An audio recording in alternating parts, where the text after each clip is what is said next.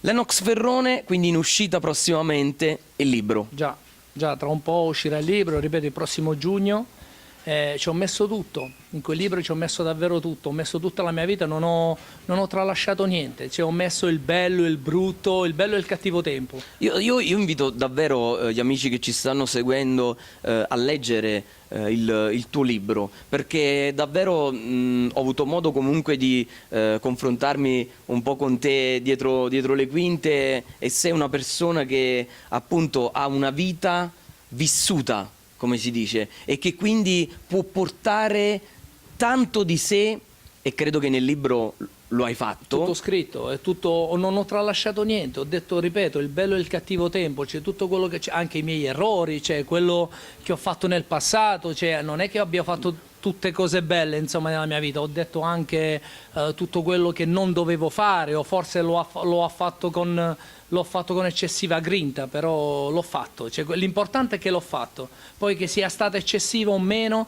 l'importante è che l'ho fatto e continuerò a farlo. Su questo puoi essere tranquillo che non mi fermerò. La strada è lunga, non sarà sbarrata. È lunga, assolutissimamente. E chi tenderà di sbarrarmi la strada troverà me come un muro, non un muro invalicabile, perché io non sono... Questa è una mia frase, una mia considerazione. La storia non è di chi la scrive, ma di chi la fa. Assolutamente. Allora, io la storia l'ho fatta e non l'ho scritta, quindi io non appartengo a chi scrive la mia storia. Io l'ho creata. Sei tu il protagonista. Io sono il protagonista e io me la canto e io me la suono, perché è così. E gli altri possono solamente appunto prendere visione di questa storia, di quello che succede. Io mi rivolgo anche sempre, mi sono rivolto sempre ai media in questo senso, ho detto: prendete Lennox Ferrone così com'è. Non date lì a scavare, perché io non ho problemi a parlare. Io sono, molti mi fanno, oltre allo sport, mi fanno domande di tanta politica, perché sanno qual è il mio modo di vedere le cose. Io sono nato da una madre, da un padre, e molte volte mi accusano di essere omofobo. Io mi chiedo se desiderare una famiglia normale si è omofobi, si viene chiamato omofobo, allora non so dove siamo arrivati. O se volevo precisare una cosa, però. Sì. Non capisco come, perché io sono bravo, no? E rilascio sempre interviste a tutti. Non capisco come, quando si è parlato, quando i signori mi hanno chiamato al telefono, ricordiamo che c'è stata un'intervista dove appunto che poi potete seguire comunque, certo, anche sui social, su YouTube, certo, davvero ha creato un po' di scalpore, di scompiglio, anche perché io non ho parlato di distruzione di massa, non ho parlato di genocidi, non ho parlato di uccidere o distruggere delle persone. Al grande pubblico, infatti, magari è passato un messaggio che non doveva passare. Allora, se io dico gli omosessuali vanno isolati, perché questo è il mio modo di pensare, non è che va isolato perché va distrutto, va bruciato vivo. L'omosessuale deve vivere... No, sarebbe, ecco, lì andiamo sull'estremo. Deve vivere con quello che gli appartiene, se io sono un diverso devo vivere da diverso, non posso pretendere di avere quello che magari ha una famiglia normale. Questo è il messaggio che voleva passare, no che l'omosessuale va distrutto, non va distrutto, va isolato, e forse anche vivere in un paese a parte andrebbe anche bene. Quando ho parlato degli emigranti non ho detto mettiamoli sui barconi e facciamolo ritornare a casa e poi magari una volta in mare facciamo esplodere i barconi. No, ho detto... Magari poi ti vedranno anche... Certo, ma lo spero. Ho detto che questo sovraffollamento sta togliendo un sacco di lavoro a chi ci abita in questo paese, cioè l'Italia. Io ho detto solo di diminuire l'entrata, diciamo, di questo affluirsi di emigranti e di dare più spazio all'italiano, perché l'italiano... Appunto, detto così, potrebbe avere un altro significato rispetto a quello che è passato in quell'intervista. Ma era questo il significato, non era bruciamoli, mettiamoli nei campi di concentramento. Certo. Ho detto solo mandiamoli a casa. E un'altra cosa fondamentale, quando mi è stato chiesto degli ebrei, che cosa dovremmo fare degli ebrei? Io ho detto una parola fondamentale, ho detto Hitler poteva fare meglio. Che cosa significa poteva fare meglio? Cioè non ho detto poteva fare peggio. Lì ovviamente hai suscitato poi... Ma certo, perché hanno fatto passare un messaggio che non doveva. Ha detto Hitler doveva fare meglio, ho detto l'importante non era ammazzarli ma mandarli a casa. Quindi cioè, poteva fare meglio significa invece di ucciderli mandarli a casa. Cioè, è quello che avrei fatto io. Io avrei fatto quello, io capo dello Stato avrei fatto quello. Questi sono problemi suoi. Però io ho detto, questo e per lui sarà un grande problema questo, perché lui vuole fare la vittima, cioè, ma ha trovato la persona sbagliata. Continueranno quindi gli scontri, immagino, certo. in merito a queste argomentazioni. Il mio dire era quello, cioè non facciamo passare uno sportivo per un criminale. Allora io non sono un criminale, non lo sono mai stato, ho la mia ideologia, andrà avanti per sempre, indipendentemente dalle denunce, dal carcere, da tutto quello che può venire dopo, non mi interessa. Però questo è il mio paese e io salvaguardio il mio paese. Cioè, penso prima al mio cittadino e poi quello che viene dopo. Lennox, il momento che ti ha dato maggiore difficoltà, quando ti sei trovato in difficoltà estrema, appunto, durante le tue traversate, possiamo dirlo? Ci sono stati due momenti. Il primo in Francia, quando mi sono ritrovato in ospedale dopo 6 mesi, in coma, quindi quando ho avuto quell'incontro ravvicinato con quell'arce che mi ha quasi ridotto male.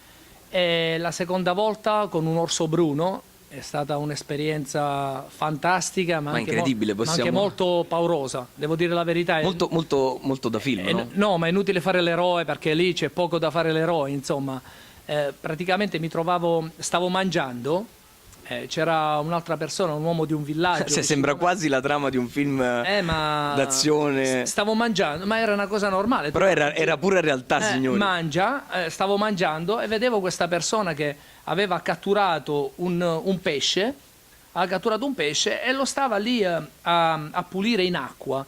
Io non capivo perché non lo mettesse sul bagnasciuga. Cioè, diceva, perché scusa lo devi pulire in acqua quando lo puoi mettere sul mi ha detto un giorno capirai. Beh, io ho provato a fare il pescatore, io non ho mai pescato, avevo fame, sono riuscito a prendere il pesce e l'ho appoggiato sul bagnasciuga, cioè sì. lo mettevo, lo pulivo sul bagnasciuga. Cosa è successo? È successa una cosa che non avrei mai voluto. A 200 metri ho sentito lamentarsi un orso, era 600 kg, quasi 4 metri, era qualcosa di... Cavoli, trovarselo di fronte direi che non era proprio una bella cosa. Impressionante, e lì ho capito quello che mi diceva lui, cioè se metti il pesce sul bagnasciuga, se metti il cibo sul bagnasciuga, attiri gli animali selvatici, quindi il sangue e tutto quello che viene dopo, e lì se non c'era lui, io adesso non stavo a parlare qui con te, perché si è alzato in piedi a 100 metri davanti a me, era qualcosa di enorme, però non mi ha attaccato, quindi non mi ha aggredito. Sei stato fortunato in questo. Sono stato molto fortunato. Molto. E oggi appunto sei qui a parlare con noi. Esatto, altrimenti non so, forse lui mi usava come stecchino per i denti. Come stuzzicadente, però era un animale bellissimo, era muscoloso, alto, cioè 4 metri, una cosa impressionante, bellissimo. Te poi ovviamente nei tuoi vari percorsi, nei chilometri che comunque hanno rappresentato le tue esperienze, hai incontrato anche tante persone, giusto? Tantissime, tanti popoli, tante culture, e questo mi riferisco a quei signori della Zanzara. Quindi ho trovato tante culture, tanti popoli, e ho avuto a che fare con tantissimi di razze e colori diversi. Perché hai potuto confrontarti. Il razzismo è diverso dal messaggio che vogliamo far passare, perché noi italiani ultimamente ci chiamano razzisti, ma noi non siamo razzisti, siamo solo ultranazionalisti. E io credo che l'ultranazionalismo, chi crea l'ultranazionalismo è lo Stato, perché lo Stato ci fa ultranazionalisti e poi ci condanna.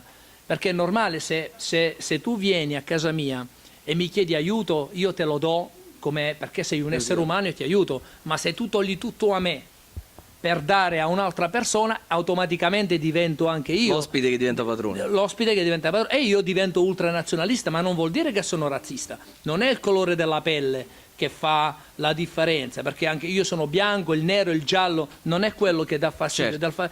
Lo Stato ti riduce in povertà e la gente si ribella.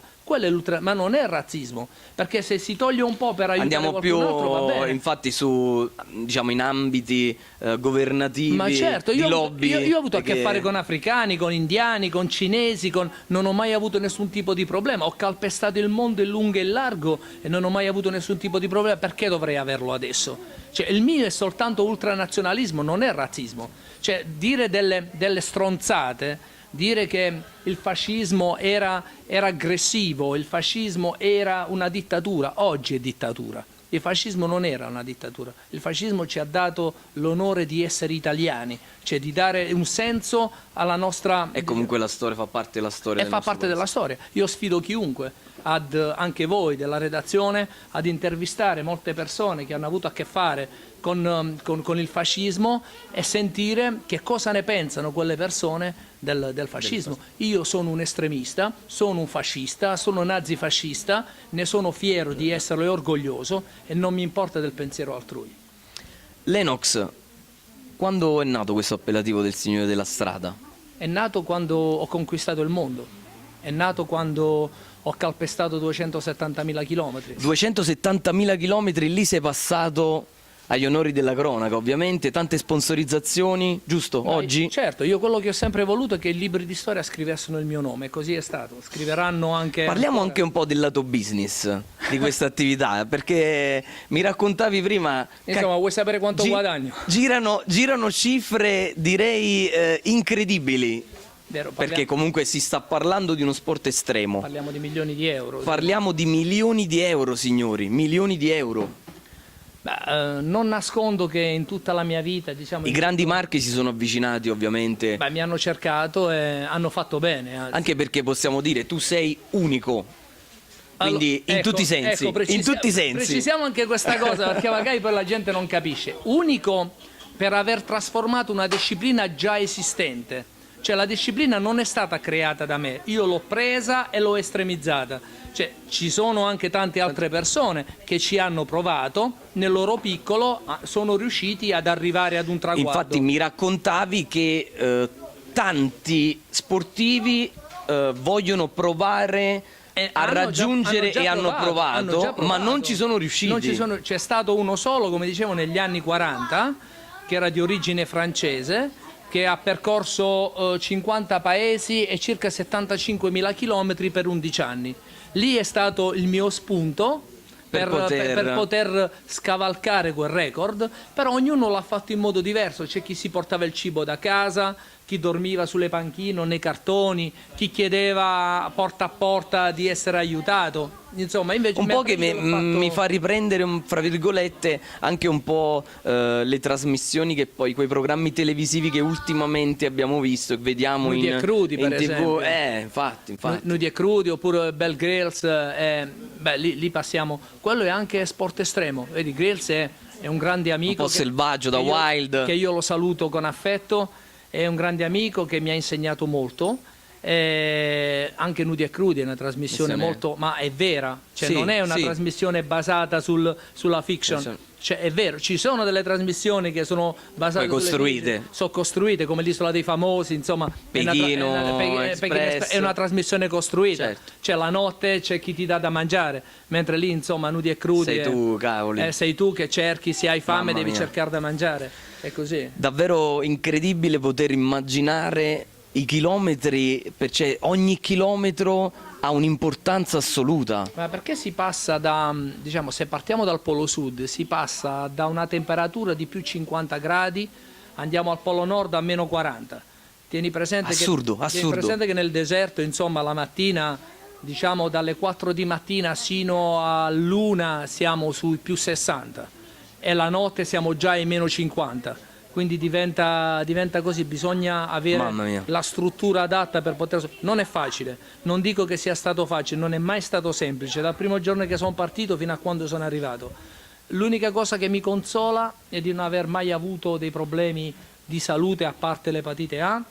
L'unica cosa di consola infatti perché penso che debba comunque partire tutto da un'integrità fisica per poter perché altrimenti il tutto si va complicando poi. Ma ti tempra, no? Il tempo, il percorso ti tempra, no? Cioè tu devi camminare comunque e dovunque, hai 50 gradi davanti a te devi superarli, hai meno 60 devi superarli, quando dormi in Polonia o nell'Antartide, quando sali sull'Himalaya, insomma a 3.000 metri, a 4.000 metri devi superare. L'ossigeno inizia a mancare. Il freddo lo devi superare. Poi rimane, però non puoi, la cosa importante è una sola, che domani non puoi, io se parto sono consapevole che un domani ci può essere anche un punto di non ritorno. Devi sapere che puoi lasciarci le penne e non puoi incolpare nessuno, cioè perché tu l'hai fatto non solo per amore dello sport, ma l'hai fatto anche per soldi. Quindi io l'ho fatto per soldi e l'ho fatto per notorietà e si è aperto comunque tutto un panorama, ovviamente. Ma certo, perché poi oggi nello spettacolo, no? Nel mondo dello sport bisogna andare dal cugino, dal nipote, dall'amico dell'amico, insomma bisogna conoscere altre persone. Io non ho conosciuto nessuno e ho fatto tutto da me. Possiamo anche dire che Lennox, te ora sei ambito anche in diverse trasmissioni televisive. Ultimamente ti abbiamo visto presente. Se mi lasciano dire quello che voglio dire, sì, però non. Allora, questo prossimamente sarai anche. Vedremo. Lo diciamo, non lo diciamo. Questo devo essere, perché voglio fare una bella sorpresa. Questo deve essere un monito per tutti e mi rivolgo a tutte le trasmissioni televisive che ci ascolteranno nel passato. Se io devo venire in trasmissione a ricevere le domande e le risposte, non chiamatemi. Cioè, se io devo venire perché devo dire quello che penso, allora sono a disposizione di tutti. E qui con noi appunto sei stato liberissimo. Sono libero e ripeto, io voglio far passare il messaggio che chi ha ascoltato quell'intervista deve capire bene che cosa io avevo voglia di dire, non quello che mi hanno fatto. Dei filtri. Non dei filtri, quello che io davvero, qual era il significato di quella intervista.